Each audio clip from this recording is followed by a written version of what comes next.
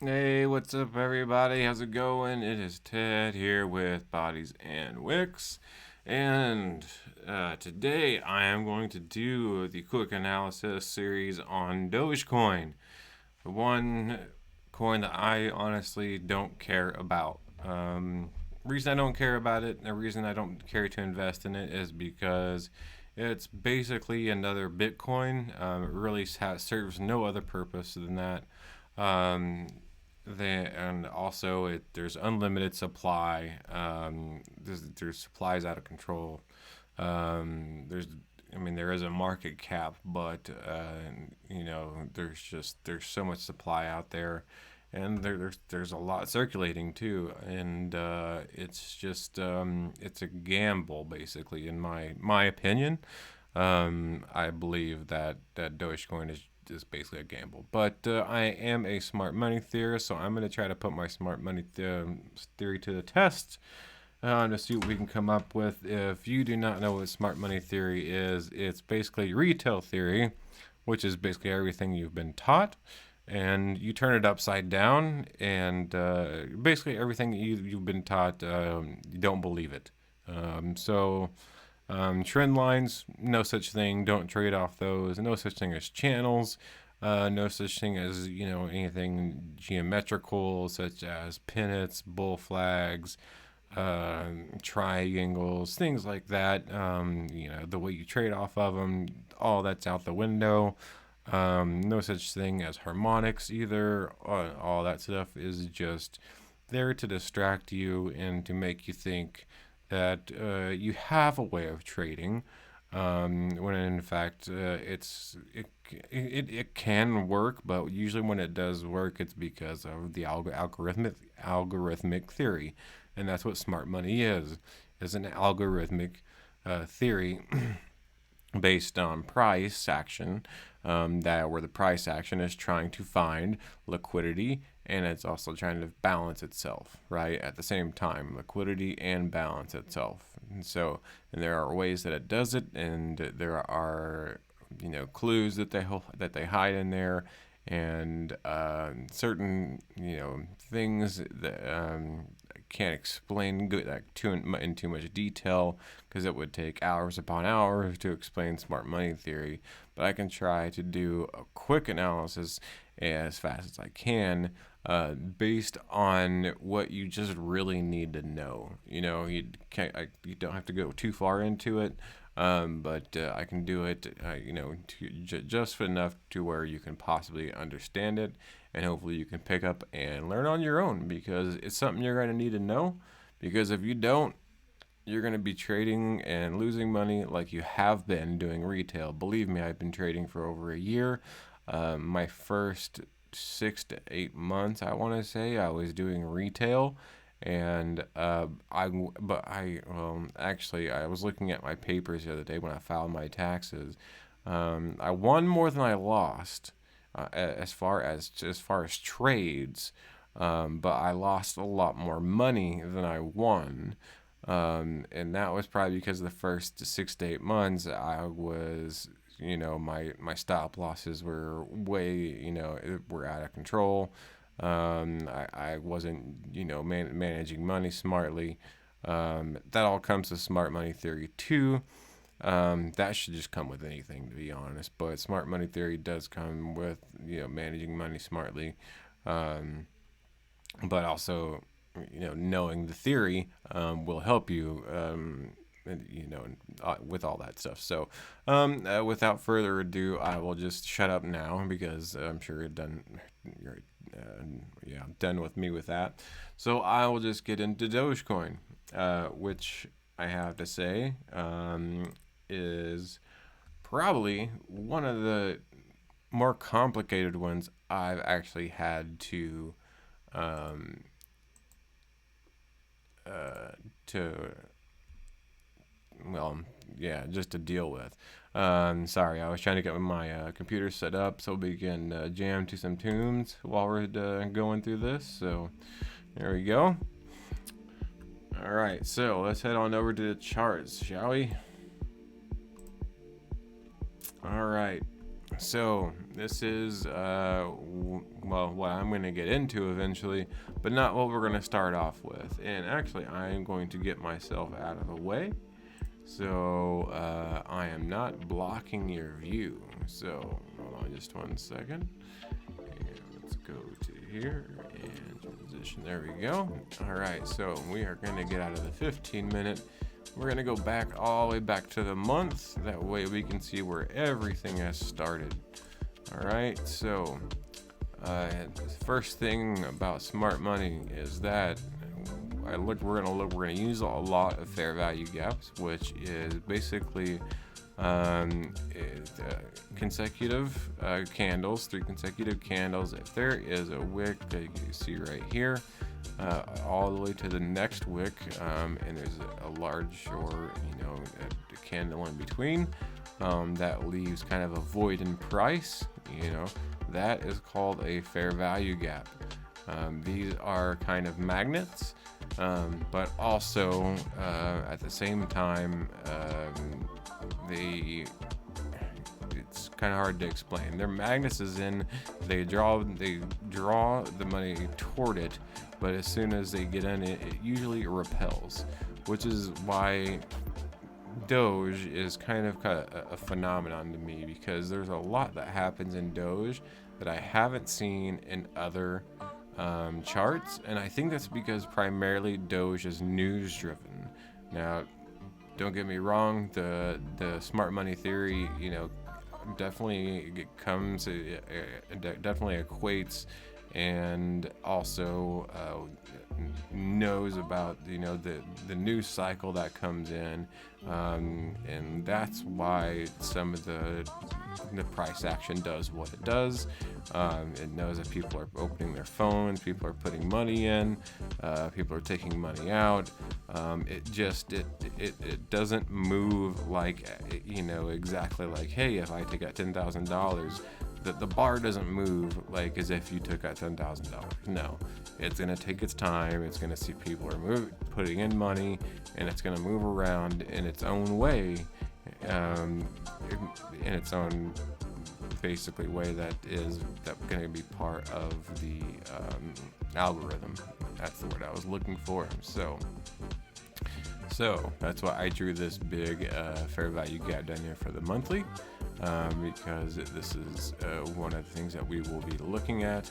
But there's a lot up here that we'll be looking at as well. As you can see, I have things marked all over the place on here. So moving from the fair value gap from the monthly to the weekly.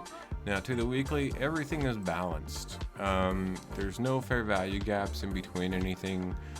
Nothing too alarming. It's just straight. Well, here's the thing I was talking about: how it dips into a fair value gap almost halfway, which is what you would see. If it dips in about halfway, it usually shoots out almost immediately.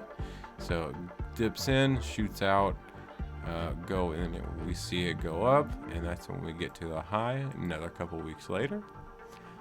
And then we see recently the fall. So Dogecoin is just, you can see recently within the last 2 months, I want to say 3 or 4 months, been moving in a manner that has been surprising, I think, to most people. All right, now we get to the daily. Same here, not much going on with the daily. Actually, I didn't see any order blocks, but now that I'm looking, I do see a couple, and they are right through here. I want to see, now that I've seen them, I want to see if it has any effect on what has been going on. So of course, again, it'll try to reflect off of it, but when it gets through it, it'll usually push through very hard. Now as it's on the other side, it touches it, and now it bounces off of it, and it continues on. So daily, the daily, surprisingly, actually keeps everything above it. So this is jump down into it. There's something else here though as well though, and this also jumps down into it as well. There also the fair value gap at about the same spot, as you can see, from right here to right here. So I'm not going to draw another one because it would almost be pointless. But I'm going to leave that one there and see what happens whenever I get closer to time, to like the 10, or sorry, the 15 minute. If we get there, I'll probably just get down to the hour though. So after the, oh yeah, there was this one on the daily, and actually just to keep I try to keep things color coordinated, sorry. So to keep everything color coordinated, I am going to take this and I'm just going to try to move it, actually, if it'll let me. There we go. And I'm going to delete this.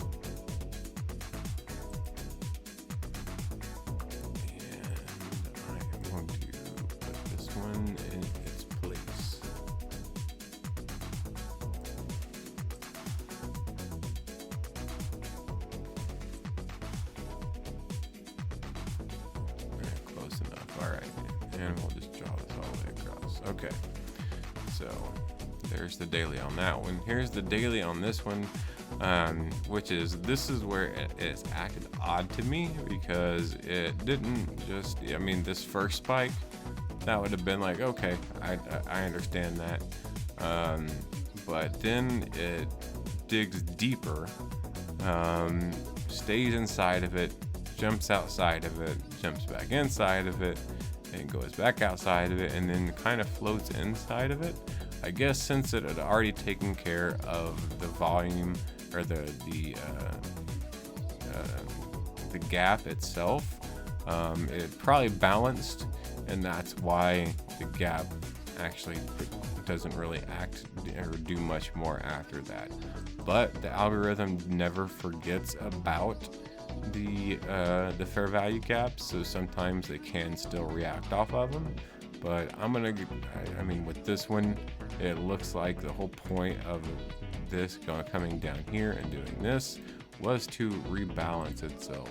And basically one way to test is I'm going to do a Fibonacci. Now the reason I'm doing it from this red candle is because this is the last, push down before it kind of goes up. I could do it from down here, I guess, if I wanted to. I'm not going to do it from all the way down here, just because that this is just a run on liquidity. It makes no sense. It doesn't really have anything to do with market structure. This could have something to do with market structure, but if I were to do this right here, then this comes down to the 70%, almost comes down to the 79%. But if I draw it from right here, then it drops down to about the 88%. So that makes a lot more sense to me, because that is right here is where, especially something like that, is where you'll find a lot of the institutions load up on will load up on Doge anyway. They will order as much as they can, because it got to a low point in the market structure, because it did break market structure. So you can see here, the last time we had a high was here. You can see here, and actually the next time it breaks the high is on this coin, or on not this coin, on this this stretch right here is when it breaks that high. So as far as market structure is concerned, this one comes up, pushes down, and then pushes up from here. And this has very little volume, so that's why I would assume this would be the one to put the Fibonacci at. So I'm not going to leave that there. I'm going to go ahead and take that off, actually. And so now that we know that it's balanced, it comes up here, it hits this fair value gap, and you can see it inserts it once, insert it again, and then moves on down in price. Now, the move on down in price, I don't think it has to do anything with a sell-off or anything like that. It's trying to find liquidity. Where's the next liquidity point? That's what it's looking for. Well, I can tell you right now, right here. That is the next liquidity point. It's the sell side liquidity, right? It's not looking for up here. It's not trying to get up here and get into this fair value gap. It's already done it. It almost closed it, and it will close it eventually. But right now, that's not what it's looking for. It's looking for sell side liquidity. So that's what its bias is. So it's moving on down, of course, and it shoots down below here, and it touches. Well, actually, this is what causes the monthly fair value gap. Is this right here? This just dip all the way under here. It dips underneath these guys, right? So this would also cause sell side liquidity. And unfortunately, I would think it would try to get underneath here, but it doesn't. So there's liquidity just resting below all of this. So it goes down, takes out this sell side liquidity, and takes out this sell side liquidity as well. So that's why it moved down that way and in that manner.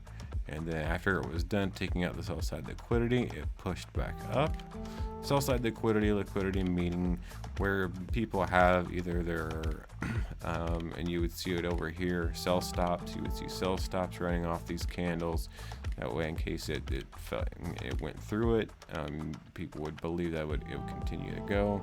Or anybody that would have any like buy limits. People would set their buy limits to where they think a bottom is, and considering this one wick is just down here, nobody would really think that would actually be the bottom. They would think it would be more something like this, like where I'm at right now with this line, or I'll just draw a line right now from here all the way over to here. That would be more something what some people would think of as a short bottom, or as to where they would put money in, to buy at that point. And so if they're going to go long there, generally what they'll do, especially at something like, even though it's really cheap, a lot of people throwing a lot of money in here in Doge, so they may go, okay, well, I'll throw money in at 22 cents, and my stop loss will be something pretty short, like I don't want to get too far below these candles, but this candle is too long, so I'll stop it at 21.63 or something like that. So then it goes right through it, and it triggers the long, right? And after it triggers a long, the money is flooded into the market with liquidity, and then it hits the stop loss, and as soon as it hits the stop loss, boom, they're taken out. So that's why you'll see these like that. So it's kind of like what you would refer, what the retail world refers to as a stop hunt. But the reason it's doing a stop hunt is pretty much exactly what I explained. It is kind of a stop hunt. So now we're going to go on to the 4 hour, not the 3 hour. I don't really think there's anything that happens on a 3 hour. I never really tried though. I know a lot of people in smart money do use multiple time frames, like the 3 hour and the 45 minute and things like that. But I personally do not. All right, now 4 hour. Now we're gonna have to step up our game a little bit, or at least stretch this out. Move over here. Now we have multiple overlays of what is going on. So we have that. For that. There we go. So fair value gap 4 hour. All right. We also had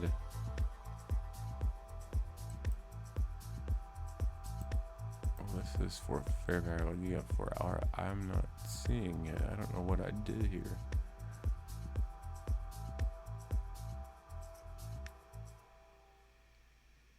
Unless that wasn't a daily one, was it? And I just missed it?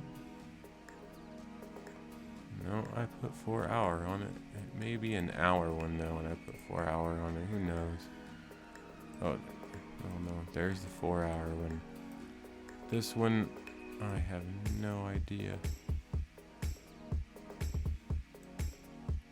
I'm gonna delete that until I can, because that makes no sense, because I didn't see a 4 hour there. So 4 hour going straight across, as you can see, as it's moving into the daily, it hits the 4 hour and pops out. Like I said, they're kind of magnets, but then as soon as they get together, it's almost like opposites attract, they repel. And generally the only way to get through them is just to rush through them. So there you go.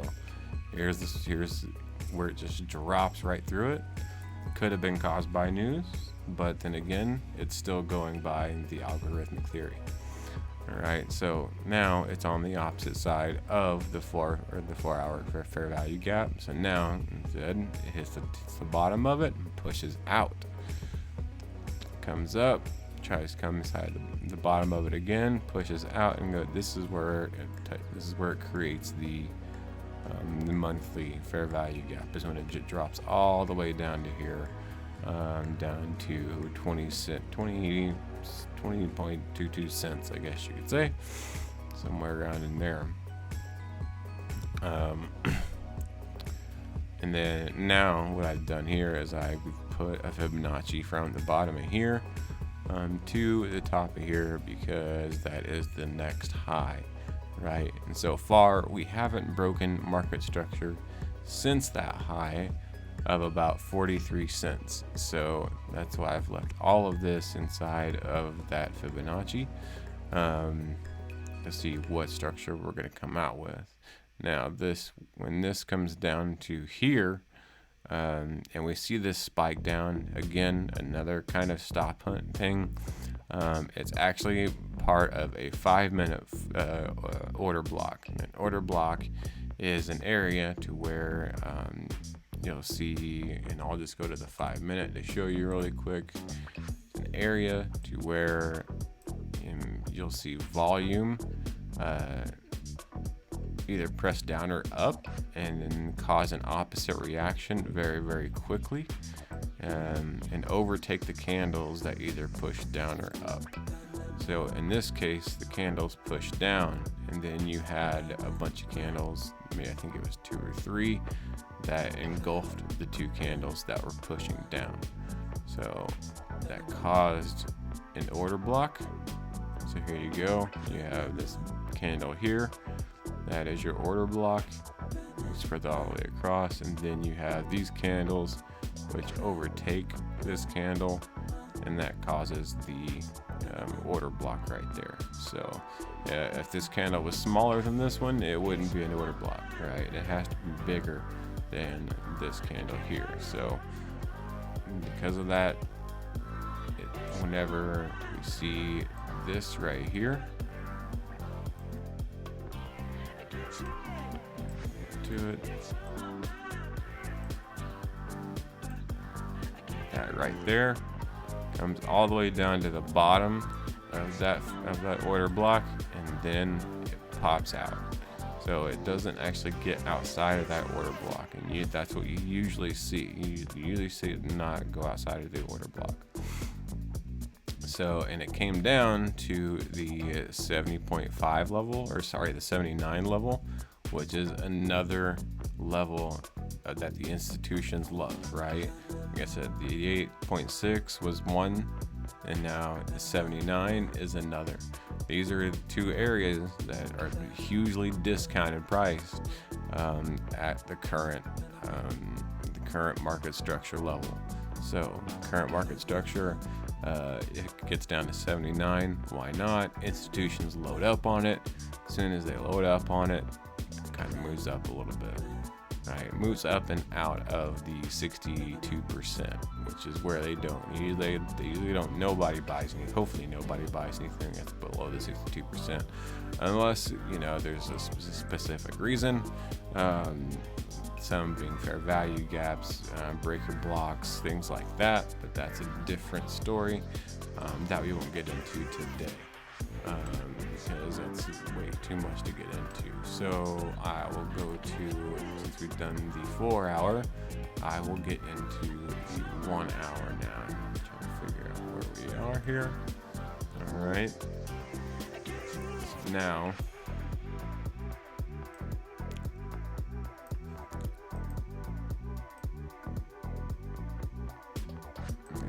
this is one that has been very odd to me the entire time. Nonetheless, it still has been part of the algorithmic theory. I honestly don't think this was part of smart money until it actually had its push up. And once it had its push up, then I believe that's when smart money came in. All the guys with the big money came in, and then put the algorithmic on it. It has been done before. I believe I'd have read about it where people have actually put in an algorithm on an asset, one being Bitcoin, which caused the crash of 2017. I forgot who it was. He tweeted about it. It's a long story. It's really, really interesting. You can find it. I can't remember his name or who it was that posted it, because he posted as anonymous, and but he explained that he was a big in the financial world and this and that, and how to make money off of something, and then he thought this would be the best way to make money, and then he was saying to implement the algorithm, and so far the algorithm hadn't existed in Bitcoin. So I believe at that point he instilled the algorithm, and that's what caused the crash, because they took a bunch of people's money. So he was basically a piece of trash, and so I think that's what happened with Dogecoin too. It got to a certain point, people wanted to have some of the actions, so what they do, they implement an algorithm, and now you're seeing what you're seeing. What was, I don't know what the complete high of Dogecoin was. I want to say something like 60 something cents. 74, around 74. Okay, so now you're seeing it float around 32, and we're seeing the same thing with almost every other asset right now too. But then again, you got to think about the cyclical nature of investing. Every 3 to 4 months there's a change in the cycle, and that's in any asset too, not just Dogecoin, not just Bitcoin. It's also in Forex, it's also in stocks, it's also in commodities, it's also in bonds, it's in everything, So right now we're probably in that cycle that's changing. So that's also something you got to think about.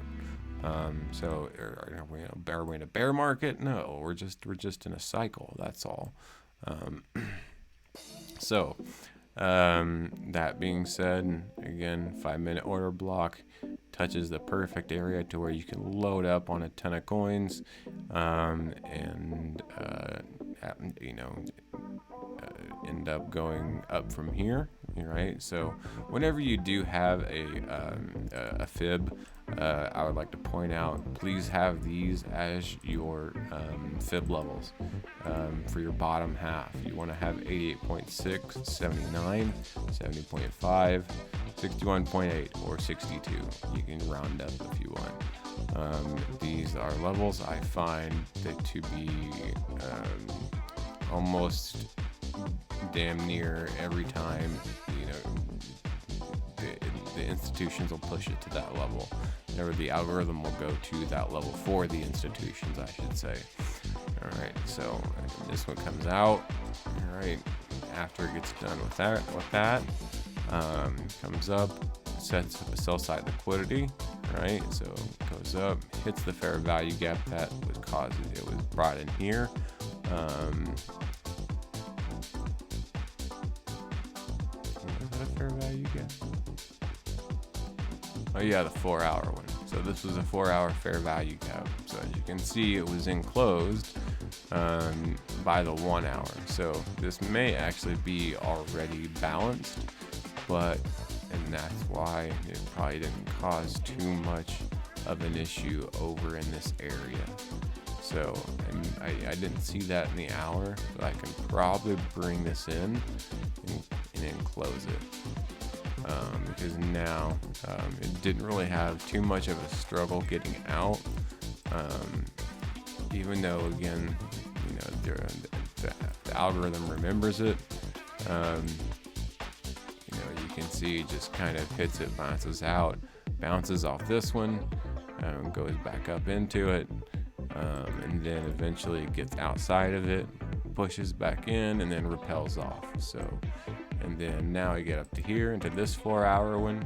Again, looks like it almost takes cover for the 4 hour, but the 1 hour has not been enclosed. So we still have some issue, not some issue, but we still have some balancing to do up in here. So falls out, comes down, stops here. This is where I put the sell side liquidity, because after this it comes back up, looking like it's trying to get, go for higher prices, hits the fair value gap again, then again dropping lower and lower, looking for liquidity or lower prices, and it finally finds the liquidity it's looking for after it makes this drop, drops into that liquidity level, pulls back out again, and then drops again. And then of course you have another liquidity level over here, so now it's searching for that. Boom, drops into that level, also right at the 62%. So if they didn't jump in at the 79%, now I can jump in again.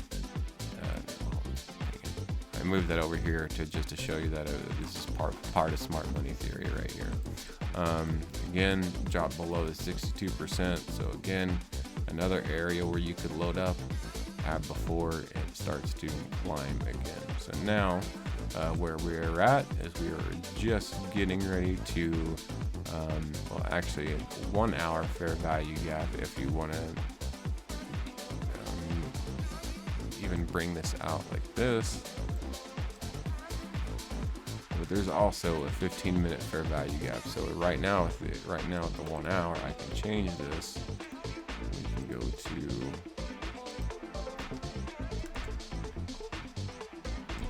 hour, up there like that. As you can see, touches it.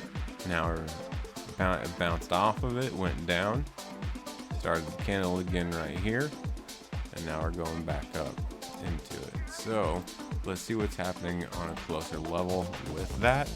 You can see, boom, bouncing off of it, bouncing off of it, bouncing off of it. So it looks like this fair value gap is causing Dogecoin a little bit of trouble. I like this right here, right at the 50% level. You see these two equal highs.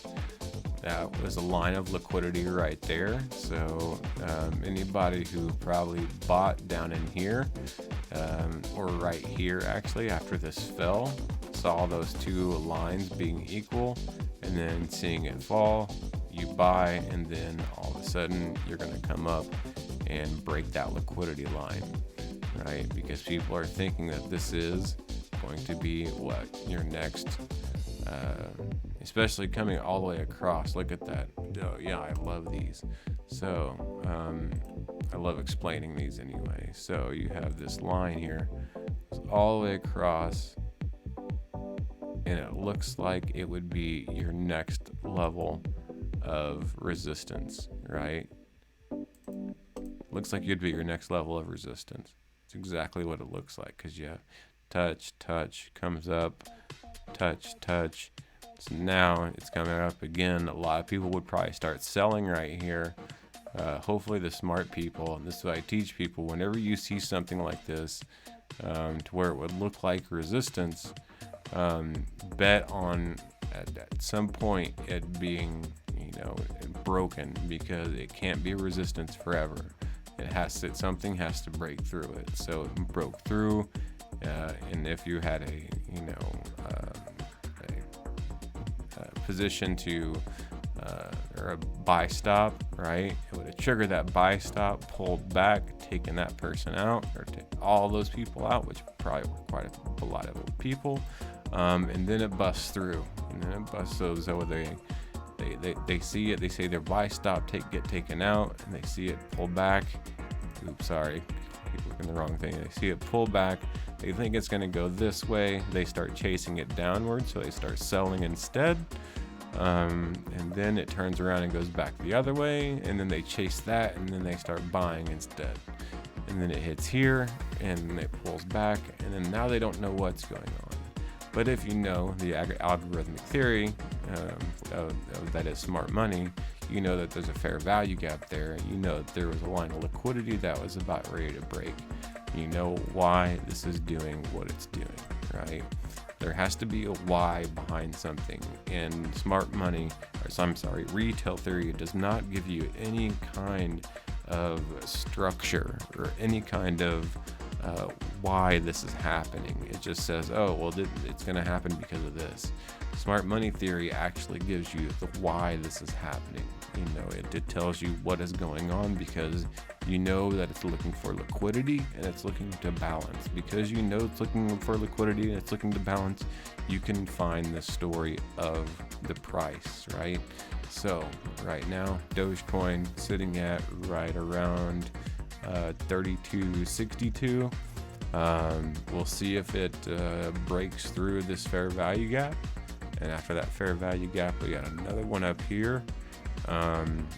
But you know, first we want to see it break higher liquidity.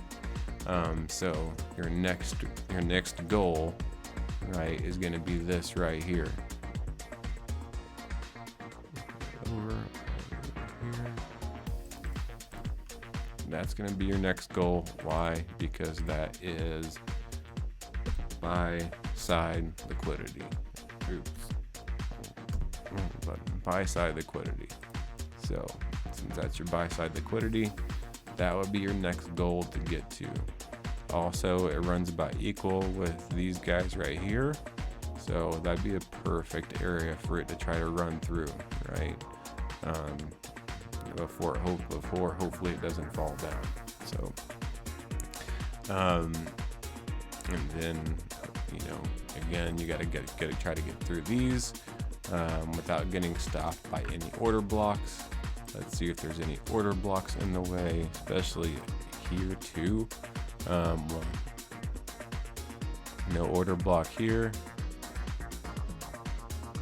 because the green candle would have been smaller than the red candle.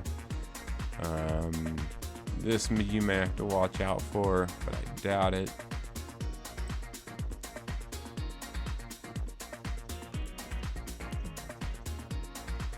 This you may have to watch out for this, but I doubt it. It's just above this high. Well, yeah, you may have to watch out for that because this could have actually come up here and hit this as an order block, and that's why it got rejected and started moving lower.